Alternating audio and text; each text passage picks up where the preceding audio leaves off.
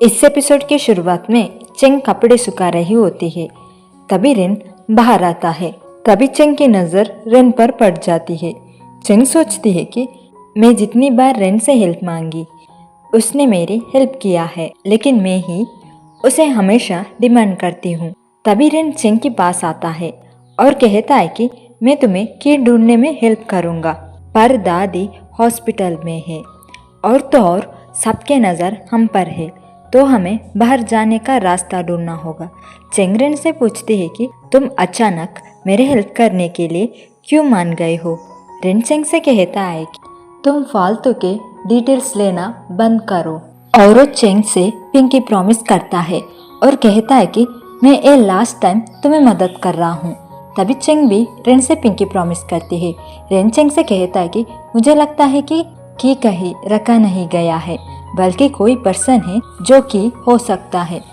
तभी Cheng rain से पूछती है कि तुम कहना क्या चाहते हो। रेन चेंग को स्मोक वाला फोटो दिखाता है और कहता है कि इसमें जो लड़की है वो हमारे वेडिंग वाले दिन मुझसे मिलने के लिए आई थी। चेंग कहती कि वो तुमसे नहीं बल्कि डोंग से मिलने के लिए आई थी। तभी हम एक फ्लैशबैक देखते हैं जहाँ पर रेन बेटा होता है। तभी एक लड़की रेन को डोंग समझकर उसके पास आती है।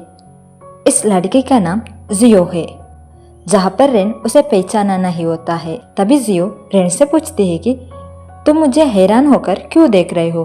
तभी रेन कहता है कि तुम पहले से ज्यादा सुंदर हो गए हो, और वो पूछता है कि क्या तुम शादी खराब करने के लिए आए हो।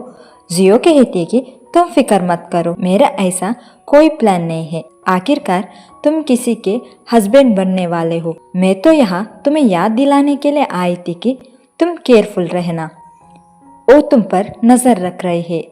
ये कहकर जियो वहां से चली जाती है। तभी हम प्रेजेंट का सीन देखते हैं जहाँ पर रेन कहता है कि मुझे लगता है कि वो दोनों क्लोज है और वो की उस लड़की के साथ होगी।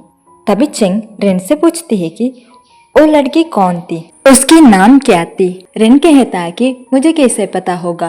तभी चेंग रेन से कहती है कि तुम उस वक्त उसके बारे में पता क्यों नहीं किया हो। रेन कहता है कि मैं वहाँ शादी तुम्हारे कहने पर अटेंड किया था। अगर तुम्हारे फियांसी का मिस्ट्रेस मुझसे मिलने के लिए आए तो क्या मुझे उस लड़की के बारे में पता होना चाहिए। चेंग रेन से माफी मांगती है। रेन कहता है कि एक जगह है जहाँ पर हमें इस लड़की के बारे में पता चल सकता है। फिर रेन और चेंग एक साथ एक इन्वेस्टिगेटर का पास जाते हैं।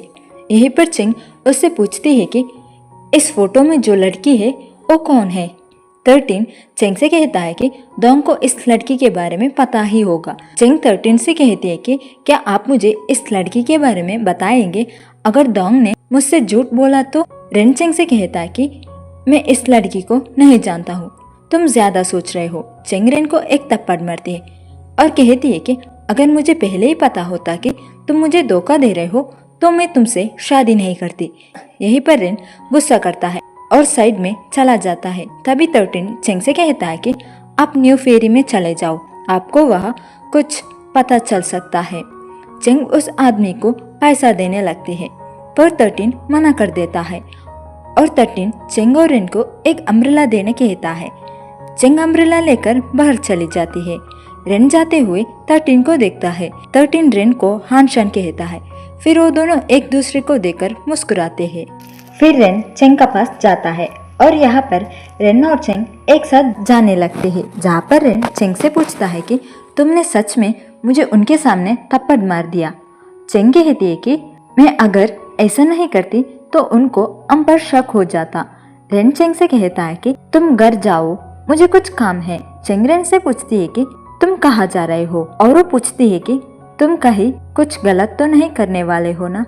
रेन चेंग से कहता है कि मैं कुछ गलत नहीं करने वाला हूँ, तुम फिक्र मत करो।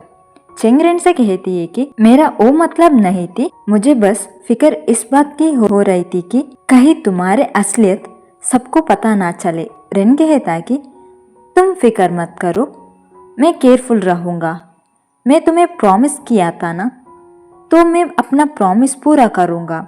और वो वहाँ से चला जाता है। जाते हुए रेन सोचता है कि डोंग एक बड़ा ड्रग डीलर है, मुझे डोंग के आने से पहले ड्रग डील के बारे में पता लगाना होगा। फिर रेन एक कैफे में जाता है। कैफे का ओनर का नाम ली है। तभी हम एक फ्लैशबैक देखते हैं जहाँ पर ली रेन को वेडिंग का दिन मिलता है। ली रेन को अपना सीक्रेट अड्डा बताता है और कहता है कि अगर तुम्हें मेरा हेल्प का ज़रूरत हो तो यहाँ आ जाना।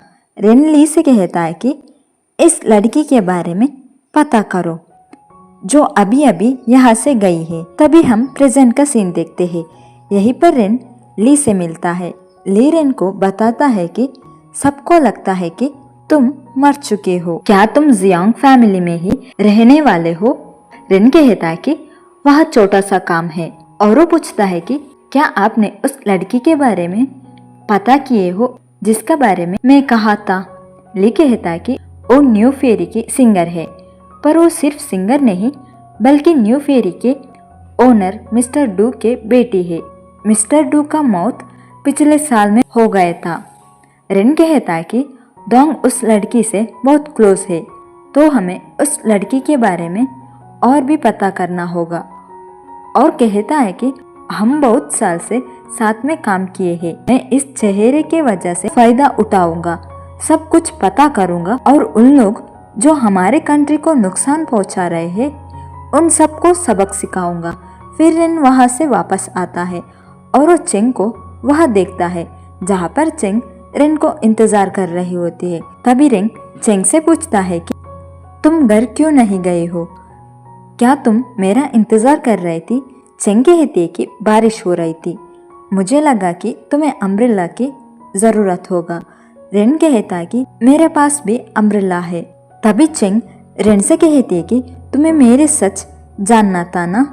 और वो कहती है तो मैं तुम्हें बताती हूँ।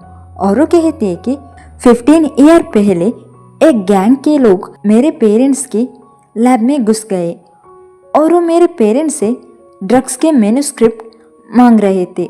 उस वक्त मैं अलमारी में छुपी हुई थी, तो मैं उनके चेहरे नहीं देखी और मुझे याद है कि उनमें से एक की हाथ पर जलने का निशान था और वो ऐसे ही पिन पहना था। तभी रेन चेंग से पूछता है कि तो इस पिन का डोंग से क्या लेना देना है?